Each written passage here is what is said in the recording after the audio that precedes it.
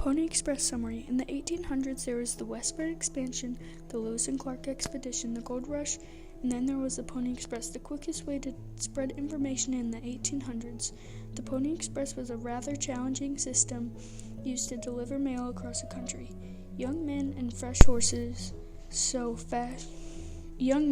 ride horses so fast at each station they would have to switch out the worn-out horses and replace it with a fresh one. Every 5 stations, they would switch riders. Riders would ride through it all no matter the conditions. The service was in operation from April 3, 1860 to October 26, 1861. It operated as a U.S. mail route during the final 4 months.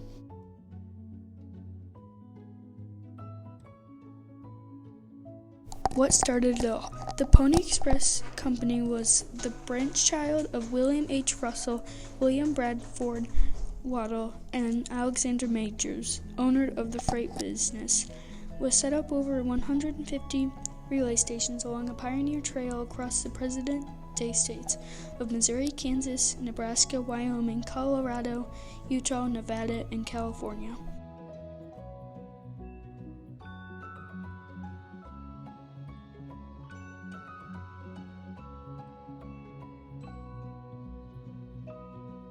The Pony and Pony Express. Horses were needed constantly.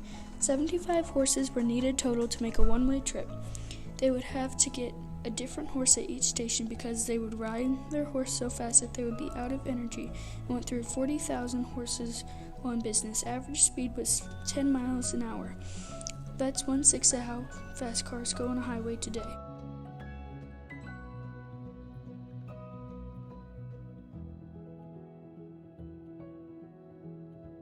Who did it? When they were hiring, they would look for orphans because they were preferred, so that way it wouldn't be as large as an issue if the rider would die. Riders were paid $25 a week. Back then was good money, and then over $800 now. Every 75 to 100 miles, they would switch riders. Riders would ride through it no matter the conditions. They would ride through the worst of weather and the tallest of mountains. They each carried a weapon, a water bag, and the mail. They would keep the mail in a pouch specially designed to survive, even if the rider and horse didn't.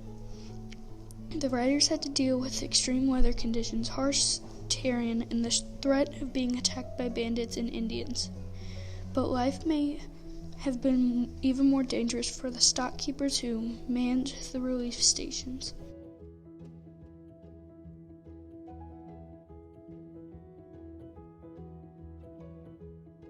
St. Joseph to Sacramento, more than 1,800 miles in 10 days from St. Joseph, Missouri to Sacramento, California. The Pony Express could deliver mail faster than ever before. The trails were long and roughly covered in rock, yet the rides had slowed down with extreme weather conditions and made harsh terrain. The trails would often be difficult to ride along. They would keep going. These trails had made challenging obstacles from mountains to canyons to even rivers and lakes.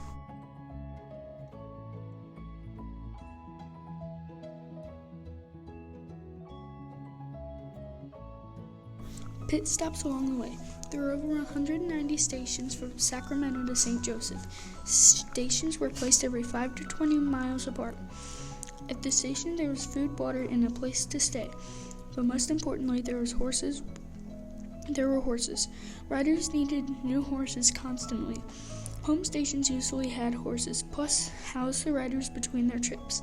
There were about 25 home stations along the route. This arrangement allowed the mail to spread across the country in record time. Each rider rode about 75 to 100 miles per shift, changing horses 5 to 8 times or so. 2 minutes was allowed for the rider to exchange their horse.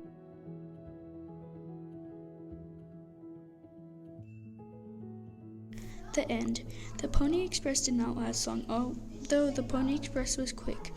At the time, they never made a profit and went bankrupt because they were paying the riders so much they did not go through over 40,000 horses and were constantly having to get more.